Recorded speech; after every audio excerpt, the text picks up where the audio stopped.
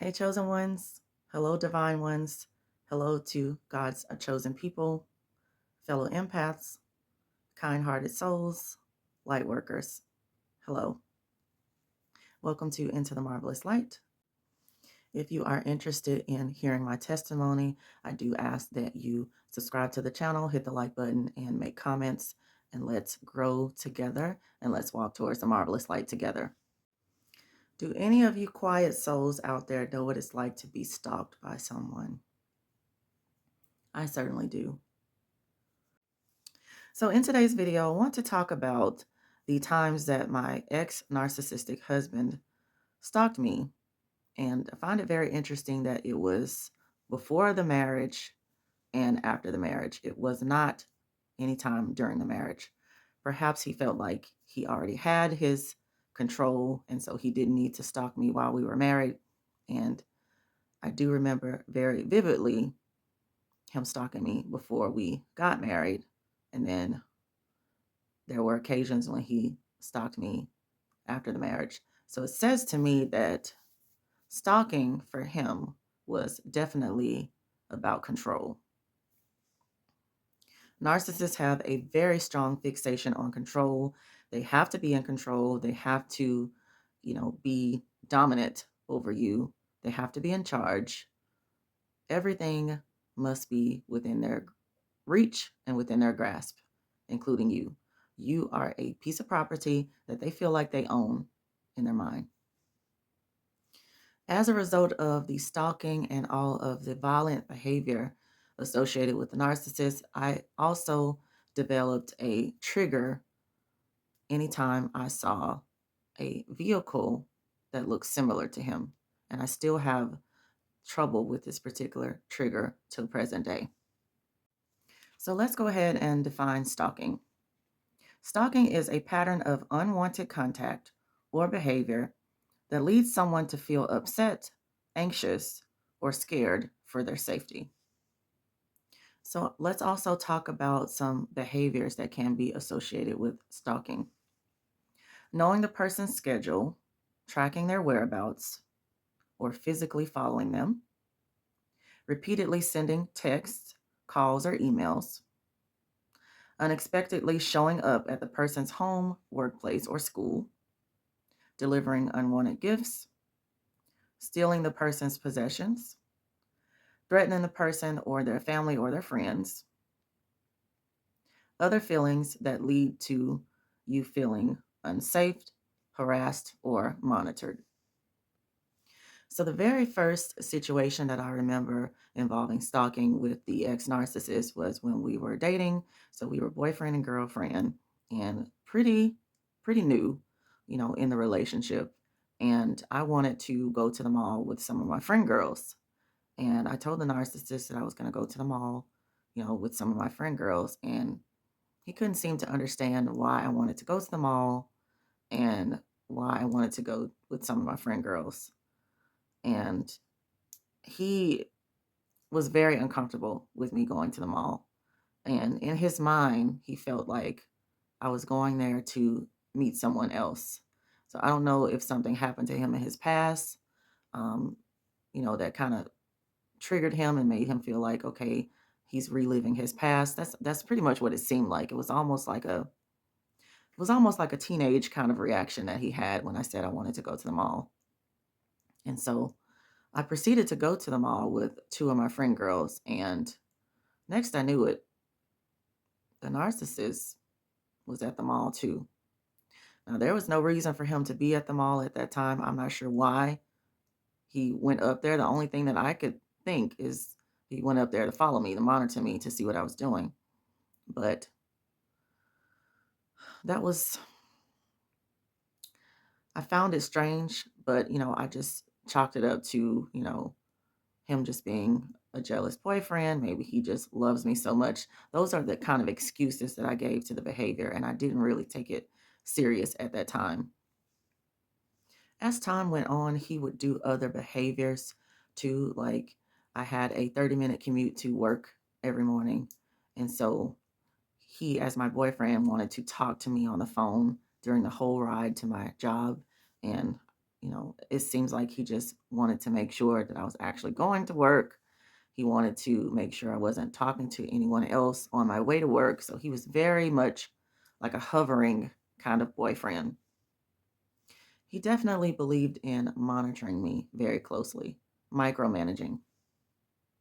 I think when you are new supply to the narcissist, they want to make sure they have like a very firm grip on you and they don't want to, let you go, especially when they're doing the grooming. So they definitely have a tighter kind of grip on you, when they're first, dating you and first getting to know you and all of that. So the second set of stalking incidences happened after the divorce. So I started to hear more than one neighbor tell me that they saw my ex-husband's truck ride up and down the street, that he would ride down the street, turn around in a cul-de-sac, and go back the opposite direction.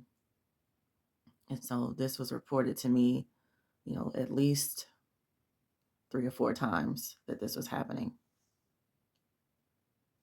Now, this was unbeknownst to me. This is what my neighbors told me as a testimony after my divorce. The only thing that I could make of it is he wanted to see if there was another vehicle parked at my home, possibly trying to figure out if I had moved on with a boyfriend or something like that. So that could be, one of the reasons why he engaged in that kind of activity. When you try to disconnect from a narcissist and let them know, you're no longer interested, you want to move on with your life, et cetera, they automatically think that it's because you are now involved with someone else. You can't just make a clean break with them in their mind. You can't just escape from them to get some peace. They think you're moving on to someone else because that's how they do their relationships. They have someone in the pocket already before they even break up with you. They have already moved on ahead of time before they bust up with you. And so this is how they feel like everyone else behaves. So this type of riding up and down my street after the divorce, this kind of activity kind of led me to be triggered by white pickup trucks. So my ex-husband did drive and still does drive a heavy duty white pickup truck, a work vehicle. I believe it's a Chevy or a GMC. And so basically, when I am driving, when I'm on the road, every single time I see a white pickup truck, it doesn't matter the year, make, and model. If it's a white pickup truck, I look at it. I always look at them. And sometimes when I look at them, it is my ex-husband. It just kind of makes my anxiety go through the roof at times. Um, and most of the time, I'm trying very, very hard not to even look in that direction. Like I'll glance, but if I know that it is my ex-husband, I won't make eye contact. But basically, there is lots of nervousness when I do see white pickup trucks. I will have heart palpitations.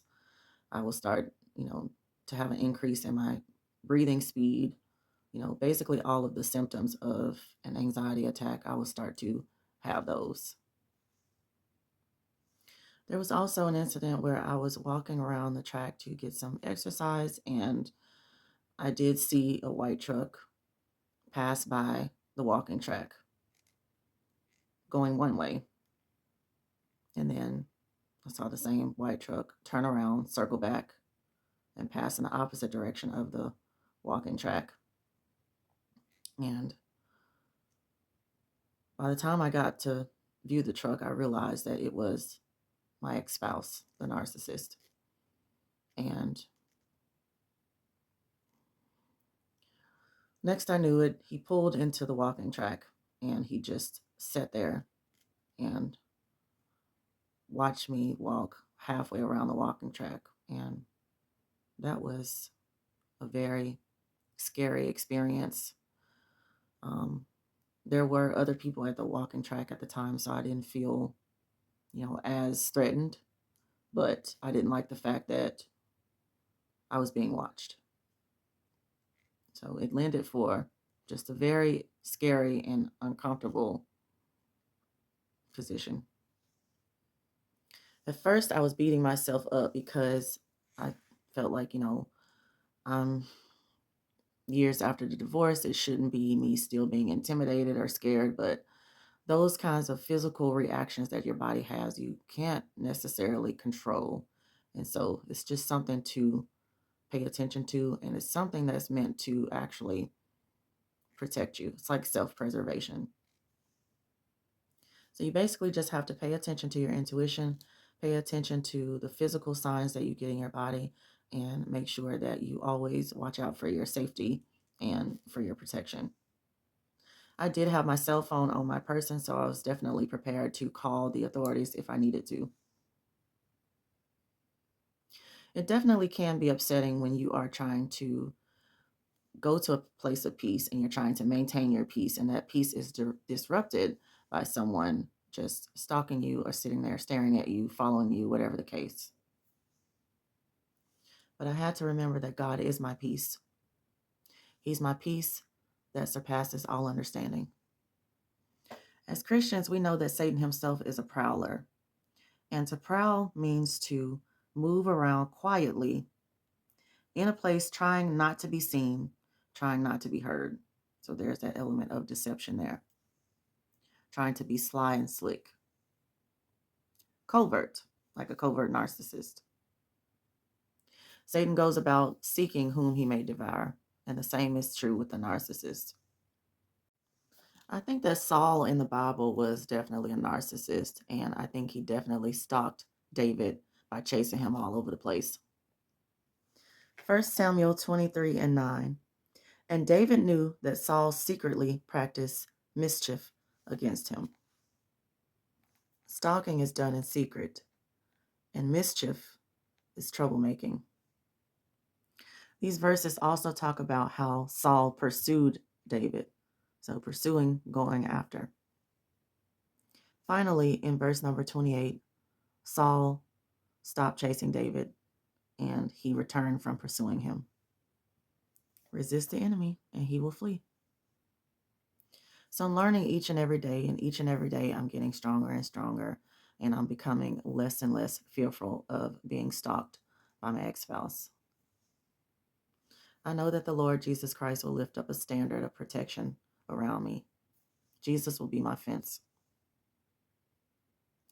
Jesus will not allow any harm to come near my dwelling.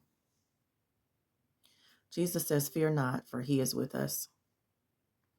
God has not given us the spirit of fear, but of power and of love and of a sound mind.